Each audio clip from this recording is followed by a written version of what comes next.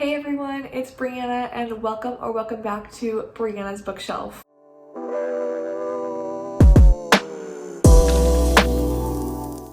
So today I have a reading vlog for you all. So my TBR for this reading vlog consists of 1 fantasy and 2 horror.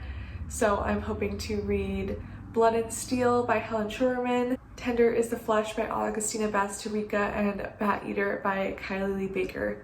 And without further ado, let's get on into it. Hey y'all, it is a Monday and I'm just deciding to film a little reading vlog for you because I have been very bad about filming reading vlogs. So this is me trying to do more of it. So today I'm gonna be reading Bat Eater by Kylie Baker. This is my super gorgeous Evernight special edition I'm so excited about. I actually already started. I'm about a third of the way through so far and I'm really liking it.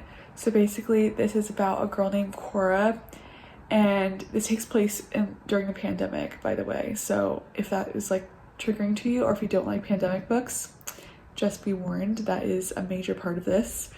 But Cora, her sister is killed in like an Asian American hate crime. I know a lot of that was actually going on during the pandemic, so this is very focused on that, which could also be a triggering topic to some, but it's a very important discussion, I think. And so yes, her sister is killed in a hate crime, and now Cora is working as a crime scene cleaner, and she is noticing more and more Asian American women being the victims in her crime scene cleaning cases. So she is not feeling too happy about that, and she's starting to feel like she's going a little bit crazy as well. So that's where we're at so far. It's definitely like a heavier book. It focuses on a lot of heavy topics, but I think it's super important. And so far I really like Cora's character. I like the way that she phrases a lot of things, and like the way she describes her inner thoughts just like really resonates with me, or I really enjoy. So there is that. I also just started last night on my Kindle reading Blood and Steel by Helen Scheurer, I think is the author's name. That's the first book in the Legends of Desmar series, which is basically about this girl who wants to become a warrior for her kingdom, a legend of Desmar, but no women are allowed to fight because of a prophecy, and she is basically working to try to petition against the local rulers to become a warrior anyways. And yeah, not super far in that one so far, just kind of picked it up last night because it was one of the fantasies on Kindle Unlimited that I've been wanting to get to, and so far it's like not super clicking for me. Like I'm not like super gripped already, about like a quarter of the way through maybe, but I'm definitely gonna keep reading and see if I like it, because I think there's 4 books in the series, and then I believe that now there is like a spin-off series that's currently being released as well. So hopefully I start enjoying it more, because it would be a fun one to get into potentially. And I will just be having a chill Monday night. I am about to make some pasta. It's after work here. I went to the gym already. I'm gonna make some pasta and then probably watch a movie, because for some reason I've been feeling like I really want to watch a movie today. Maybe like an older movie, just like for the cozy vibes. It's very like rainy and windy today for some reason, even though it's like almost summer. But anyhow, that is my plan, and to do some more reading of course, and I will update you all later. Hello vlog, I'm coming to you with a reading update. So last night I read some more of Bat Eater by Kylie Baker, and I'm now about, I would say like 2/3 of the way through. Yeah, like about 2/3 of the way through it, and I'm really enjoying it still. Things have gotten very interesting. It does sort of seem like there may be a serial killer at work, but we do not know more about that at this moment. We're not quite sure exactly what's going on, who's killing these people, if it's related or if it's random. So Cora has been kind of feeling like she's going crazy, like seeing shadows, seeing different things in the dark, and it's definitely gotten a lot more paranormal. So that aspect of it has really heated up, and I don't want to say too much because I don't want to give anything away, but yeah, she's definitely like having some sort of like paranormal encounters now, which I really enjoy. I know some people don't like paranormal horror, but for me that's definitely not the case. I love paranormal horror. I think that it's sometimes hard to pull it off, but when it's done right, I think it's so fun and also can be like really nostalgic. With this, there's still so many elements of Chinese and Chinese American culture, and that is also relating to the paranormal aspects, which I think makes it even more interesting because it's like more specific and tied to Cora's culture, and I think it's really cool to read about. And I don't really know like what's gonna happen next. Things are getting pretty spooky and tense, so I'm curious. Hopefully I'll be able to get through the rest of it later today after work. Last night I did end up reading more of Blood and Steel on my Kindle, and I did end up finishing it, and I liked it. I ended up deciding I think I'm gonna give it a 3.5 star rating because I really enjoyed it, but I don't feel like super excited or obsessed with it. So it's kind of like just above like the middle ground of just enjoying it, I would say. So I loved that it has like a very classic fantasy feel to it. Like it feels very high fantasy. The world feels like very classic fantasy, like kingdoms, forests, village, all that kind of stuff feels like very familiar and classic. And I loved that the main character Thea was training to become a warrior when that was forbidden for women in her kingdom, and she basically fought to become the exception. And I think she's a really amazing character. She had so much strength and bravery, and she was really able to go up against so many different challenges in order to go for what she wanted. And in the meantime, during her training, she met a couple of really good friends. We meet Kip and Cal, who are two guys who are also training to become warriors for the kingdom of Thesmar, and they're both so funny and interesting in their own ways, and they're really great friends to Thea. So I really appreciated having that friendship, and especially having like our female main character have two male best friends. I thought was something that was really unique, and I really enjoyed that aspect. Overall though, I felt like there was nothing that was like really grabbing out or exciting me or feeling like that unique to me. Like it all kind of felt like things I've maybe read similar before, which there's nothing wrong with. I feel like a lot of books that I enjoy have been similar to other books I read previously, but it just like wasn't getting me super excited to give it a higher rating. And I wasn't obsessed with the romance.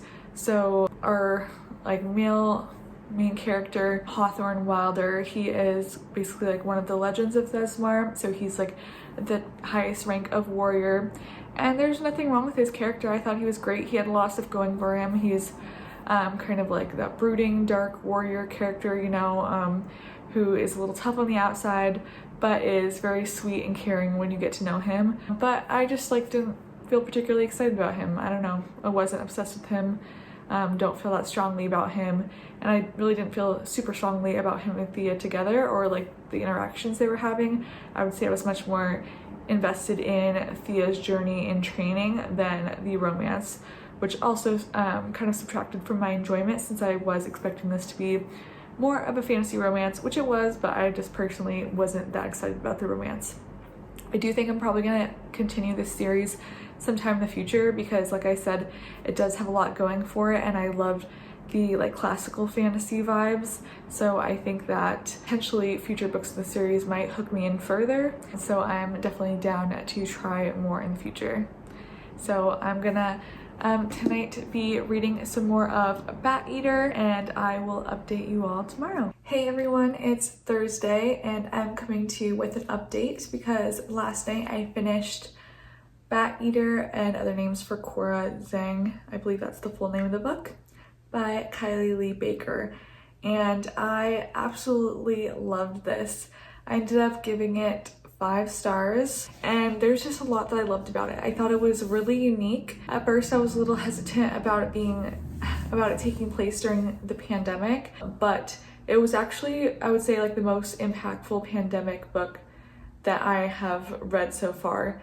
Yeah, so it was super impactful in that sense, and I really loved how we got to explore some Chinese and specifically Chinese American culture and more like, I guess, spiritual beliefs and kind of paranormal beliefs as well. So Cora, our main character, had to really gradually come to accept more help from her aunt and learn more and more about her Chinese culture as she was dealing with the paranormal entities that came up in this book. And there was also some really graphic scenes having to do with serial killers and a ton of Asian American hate. So if that is triggering at all to you, just be aware of that before you go into this book. But obviously I think that's an incredibly important topic and one that this book explored very, very well. I thought that it was just really an excellent depiction and exploration. As someone who is obviously not Asian, it was very impactful to me to be reading through the eyes of Cora and experiencing what she was experiencing. It just really opened my eyes to how much hate was going on and racism during that time that obviously I knew was going on, but it's different to be like kind of in those shoes and see it happening, and especially in this like really gruesome, dramatized sense. I just feel like it was super effective in that way. So I would definitely recommend this. I thought it was just phenomenal. I loved the writing. I loved the serial killer aspects, and I loved the paranormal aspects. I thought that there was just so many good things going for this book. So for my further plans this evening, I am thinking I'm gonna do a little baking. I'm thinking about making some banana bread because I have a ton of extra bananas right now. And otherwise, I am not reading anything now that I finished Bat Eater. So I need to start a new book tonight. And I'm not 100% sure what I'm gonna start, but I'm leaning towards probably Queen of Shadows by Sarah J. Maas, because that is the next book that I need to read in the Throne of Glass series. And honestly, I'm not feeling that excited about it right now, but I really just want to get through that series, and I feel like people love it so much that I want to love it, but I'm not feeling that hyped about it right now. So I might end up choosing something else, but I will update you later. Hey everyone, it is the weekend now, and it's Sunday. I spent a lot of time reading this yesterday, and then also like during the daytime I went to this local festival that's near me where they had like fair food and stuff like that, so I really wanted to get some fair food, so I ended up getting like a pierogi, which is like kind of like a savory Russian donut kind of a thing, sort of, and some strawberry lemonade, and I got kettle corn, and that was super fun. And then I came home and read some more of Tender is the Flesh. And I haven't updated you in a couple days now. I did end up, I know in like the last clip I was thinking about reading Queen of Shadows, but I tried to pick it up and I was just like looking at it and I was like, you know, this is really not what I want to read in this vlog, to be honest. It just looked a little dauntingly long. I was not really feeling the fantasy vibes at that moment. And I really loved Bat Eater, so I thought, you know, let's just keep the horror vibes going. And I ended up picking up Tender is the Flesh by Agustina Bazterrica. And this book I've heard so much about for so many years here on the book corner of the internet. And I have been very heavily anticipating this book, very excited to finally get into it. It is extremely disturbing, so please know that before you decide to pick this up. It's definitely like more intense horror, I would say. Probably one of the more disturbing books I've ever read, but I still very much enjoyed it. It's really short. It's like about 200 pages. It was a super fast read. I blew through this book. Like once I picked it up, I could not put it back down, and I loved it. I gave it 5 stars and was able to finish it up. It's a hard read, I would say. It's dark, it's disturbing, it's at points very not enjoyable, quite frankly, but it's really well written, and I think it explores a ton of interesting topics that are really important. And this is gonna be a hard one, I think, for me to talk about and to rate, because yeah, it's kind of hard to describe what's so good about it. So This is following a world where people can no longer eat animals because basically all the animals on Earth get this disease that is lethal to humans. So all animals are basically eradicated, and people still want to eat meat, so they open human meat factories, which they don't want to call attention to the fact that they are cannibals. So it basically becomes socially acceptable to be a cannibal if it's done specifically right and if you talk about it in a politically correct way. So they call it special meat. We're following Marcos, who works at a special meat processing factory, and they don't call their these humans, they call them head, like head of cattle. It goes very detailed, I would say, into the slaughter of these head and how they're prepared, specifically how different cuts are prepared for meals. Marcos has to go and tour other factories where they sell head, both where they buy the head from for processing and also where they sell the processed head to. You know, he goes to these breeding centers and goes to butcher shops. There's even a hunting reserve where they hunt these head. So it gets extremely dark and it really makes you think. Like a few pages into this, I was like, oh shit, this book is gonna make me want to be a vegetarian, isn't it? I feel like there's just so many different topics that it covers, and I guess like points that you could take away from it. I definitely feel like this is partially a critique on factory farming and how we currently treat animals, and kind of showing how inhumane that is by making us look those practices in the eyes as we're doing them to humans in this book, and think about how inhumane that is also to do that to animals. It is also really a critique of the government. We have a lot of questioning of the government in this book, like whether this so-called disease is really real, if this special meat is actually just a form of population control. So there is that sort of exploration. There's a lot of like social topics, like really exploring how people can shut down different parts of their brain to ignore the atrocities that are going on. So things like using those politically correct terms and not referring to their, I guess, things that they're eating as human, and like that disconnect mentally that has to be there in order for this whole system to work, and how people are willing to go along with it. It's just really an insane read, and I think it's wonderfully done. It's very short, it really packs a punch. Every single page is just like gripping and important and makes you think. I love this book. This is definitely not going to be a read for everyone. I would not recommend this. If any of this description makes you feel frightened of this book, it's as gruesome as it sounds, so just know that going into it, but it's an amazing read. I really actually loved this. Alright, so that is the end of my weekly reading vlog. So just to do a little recap, this week I read 3 books. I first read Blood and Steel on my Kindle. I gave it 3.5 stars. I thought it was a fun fantasy.